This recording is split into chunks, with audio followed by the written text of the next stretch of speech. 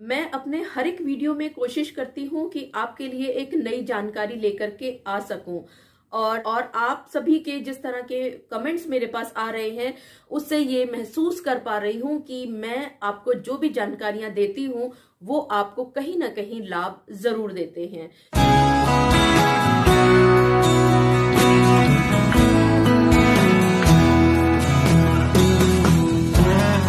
मेरे एक सब्सक्राइबर नरेश पूनिया जी ने मस्कट से ये पूछा है कि उनका दहेज का केस चल रहा है 498A के तहत और इसी के साथ साथ उनकी पत्नी ने घरेलू हिंसा 125 सीआरपीसी इत्यादि के केस भी उनके ऊपर दायर किए हुए हैं। इसी तरह से मेरे एक सब्सक्राइबर महेश शर्मा जी ने गोवा से पूछा है कि उनके विरुद्ध उनकी पत्नी ने बहुत सारे केस किए हुए हैं, तो ऐसी स्थिति में बार बार परिवार वालों का दबाव बन रहा है कि इसके अंदर जल्दी से जल्दी समझौता कर लिया जाए। इसी तरह से प्रैक्टिकली हम कोर्ट के अंदर भी देखते हैं कि बहुत सारे जब केस चलते हैं लड़की के भी और लड़के के भी, तो कहीं ना कहीं जब वो परेशान हो जाते हैं या उनके बीच में एक ऐसी स्थिति आ जाती है जबकि उनको ये समझ में नहीं आता कि कोर्ट में आखिर अपने केस किस तरह से आगे बढ़ाए जाए, या वो अपने आप ही ये सोच बैठते हैं कि हमें इसमें समझौता कर लेना चाहिए। लेकिन यहाँ पर प्रश्न आता है कि ये समझौता कब करना चाहिए। इसी तरह से मेरी एक सब्सक्राइबर निशा जुनेजा जी ने झारखंड से पूछा है कि उनके पति और ससुराल पक्ष के अन्य लोगों ने उनके साथ इतनी ज्यादा प्रताड़ना की कि उनको परेशान होकर के 498A और DV यानी कि घरेलू हिंसा का केस अपने पति और ससुराल पक्ष पर करना पड़ा,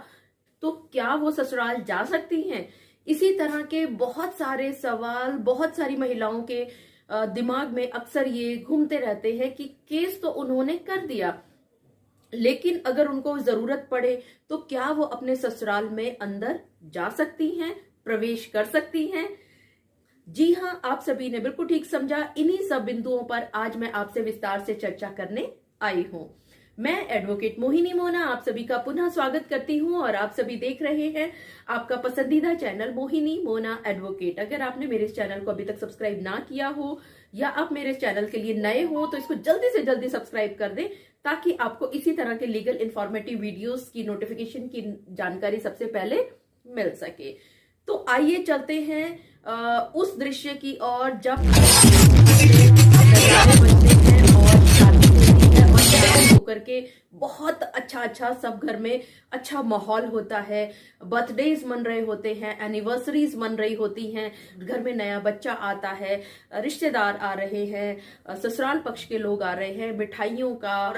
अच्छे पकवानों का दौर चल रहा होता है। लेकिन धीरे धीरे जब इसके अंदर मनमुटाव होता है और मनमुटाव होने के बाद आप लोग जब कोर्ट के अंदर पहुंचते हो और कोर्ट में ज्यादातर ये देखा गया है कि पत्नियों को उनके परिवार के लोग या उनके रिश्तेदार या दोस्त उनको ऐसा दिमाग में भर देते हैं कि आप 4 की 10 चीजें लिख करके दिखाओ और अपने पति पर प्रेशर बनाओ ताकि वो जल्दी से आपके कदमों में आकर के गिरें और आपका कहीं समझौता हो। ऐसा ही होता है ना आपके साथ कि आप जब परेशान होती हैं तो आपके रिश्तेदार आग में घी डालने का काम करते हैं। आपकी सखियां, आपके दोस्त, आपके वो रिश्तेदार जिनको किसी का हंसता खेलता परिवार अच्छा नहीं लगता या वो किसी वजह से आपकी उन्नति से जलते हैं, वही सबसे ज्यादा ये काम करते हैं और आपको भड़काते हैं ये कह करके कि आप अगर ऐसा कहोगी और ऐसा करोगी, ये केस और डाल दोगी, ये और नोटिस डिस्पैच करवा दोगी, ये सम्मन उनके घर में पहुंचा दोगी, ये पुलिस उनके घर दरवाजे पर खड़ा कर दोगी, तो वो सारे के सारे डर जाएंगे और कहीं ना कहीं वो आपके पैरों में आकर के माफिया मांगेंगे। तो और आप लड़कियां नदानी में ये केस कर बैठती हैं। लेकिन धीरे धीरे जब आपके दिमाग में ये सारी चीजें क्लियर होने लगती हैं, जब आपको ये समझ आने लगता है कि आप कहीं ना कहीं गलती कर बैठी हैं या आपके पति कहीं ना कहीं गलती कर बैठे हैं, जब पति जबरदस्ती करते हैं अपनी पत्नियों के साथ और फिर झूठे मुकदमे दायर करके अपना साफ सुथरा चेहरा जज साहब के सामने दिखाते हैं। लेकिन जब क्वेश्चन आंसर की झड़ियां आती हैं वकील साहब के द्वारा, जज साहब के द्वारा, मीडिएटर के द्वारा, काउंसलर्स के द्वारा, तो आप पत्नी भी और आप पति भी, आप दोनों को ये समझ में आ जाता है कि कोर्ट में झूठ ज्यादा देर तक नहीं चलने वाला। और यहीं पर आप दोनों ये सोचते हैं कि अब समझौता करने में ही हमारा फायदा होने वाला है। लेकिन एक बहुत बड़ा प्रश्न आप महिलाओं के सामने और आप पतियों के सामने ये रहता है कि वो कौन सी स्थिति है या वो कौन सी स्टेज है जिस समय पर आप समझौता करेंगे और उस समझौते से आप फायदा ले सकते हैं। अब देखिए, बहुत सारे लोग ये कहते हैं, आपके आसपास के लोग, कि जब जैसे ही CAW सेल में आपकी कंप्लेंट पहुंचे तो आप फटाफट समझौते की टेबल पर पहुंच जाए। अब आप ये सोचिए, अगर कोई लड़की विमेंस सेल में आई है तो कहीं ना कहीं उसको कुछ लोगों ने भड़काया होगा, और अगर उनको भड़काया है तो उसके दिमाग में सिर्फ और सिर्फ एक ही बात बैठी होगी कि मैं तो इतने पैसे लूंगी। मान लीजिए उसके दिमाग में कहीं ना कहीं ये चीज बैठ चुकी है कि वो 25 लाख रुपया लेकर के ही समझौता करेंगी। आप पति कितनी ही कोशिश क्यों ना कर लें CAW सेल में, आपको पता है कि आपकी हैसियत 5 लाख रुपए से ज्यादा की नहीं है, और वो 5 लाख रुपए भी आप इधर उधर से अरेंज करेंगे, क्योंकि पैसे अरेंज करना तो बहुत आसान है, लेकिन उस पैसे को फिर उतारना भी तो है। और अगर आप कहीं 10,000 15,000 की नौकरी पे हैं तो आप कहां से इतनी बड़ी रकम लेने के बाद उसको उतार पाएंगे। तो आपको पता है कि 5 लाख रुपए से ज्यादा आप नहीं दे सकते, वहीं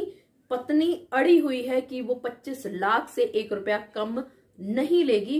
क्योंकि यहां पर वो बहुत ज्यादा आवेश में है, बहुत ज्यादा उसको भड़काया हुआ है, वो आपकी किसी बात को नहीं मानती। धीरे धीरे धीरे समय बीतता है, समय बीतते बीतते फिर इन्वेस्टिगेशन होती है। कहीं ना कहीं पति भी बहुत परेशान हो चुका होता है, पत्नी भी बहुत परेशान हो चुकी होती है, और बात आती है चार्जशीट की। जिस समय पर कोर्ट में चार्जशीट दायर की जाती है, काफी अकड़ ढीली हो चुकी होती है, पति की भी और पत्नी की भी। और यहाँ पर हमने देखा है प्रैक्टिकली कि आपके बहुत ज्यादा परसेंट जो केसेस हैं वो कॉम्प्रोमाइज हो जाया करते हैं। तो आपके लिए उचित रहेगा, अगर 498A का केस आपने किया हुआ है, यानी कि आपकी पत्नी ने आपके ऊपर किया हुआ है, तो चार्जशीट दायर होने के बाद आप कॉम्प्रोमाइज टेबल पर बैठें तो आपकी संभावना ज्यादा होती है उस केस में कॉम्प्रोमाइज हो जाने की, क्योंकि तब तक कहीं ना कहीं आप लोग परेशान हो चुके हैं, आपका गुस्सा ठंडा हो चुका है, और आप सोचने समझने की शक्ति आप में वापस से आ चुकी है। अब चलते हैं दूसरे प्रश्न की ओर। बहुत सारी पत्नियां, जैसे मैंने आपको शुरुआत में बताया कि बहुत सारे लोग बार बार ये पूछते हैं कि उन्होंने 498A का केस तो कर दिया, लेकिन उनको किसी भी वजह से अपने ससुराल में जाना है। कोई भी काम वो आपका हो सकता है, और अगर वो जाती हैं तो कहीं उनके ऊपर कोई उल्टी कार्यवाही तो नहीं हो जाएगी। तो आप लोगों को, आप सभी महिलाओं को ये बात बहुत अच्छी तरह से पता होना चाहिए कि जब तक आपका तलाक नहीं हो जाता है, आपको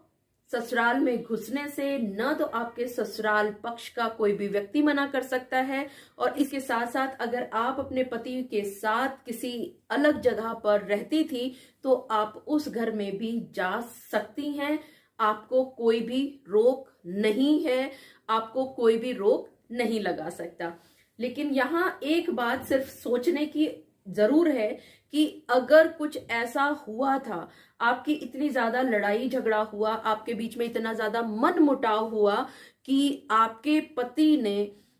कोई पाबंदी ले रखी है, कोई स्टे ले रखा है आपके अगेंस्ट कि आप उस घर में प्रवेश नहीं कर सकती, तो यहाँ पर आप कानूनन पत्नी होने के बाद भी, लीगली वैलिड वाइफ होने के बाद भी उस घर में प्रवेश नहीं कर पाएंगी।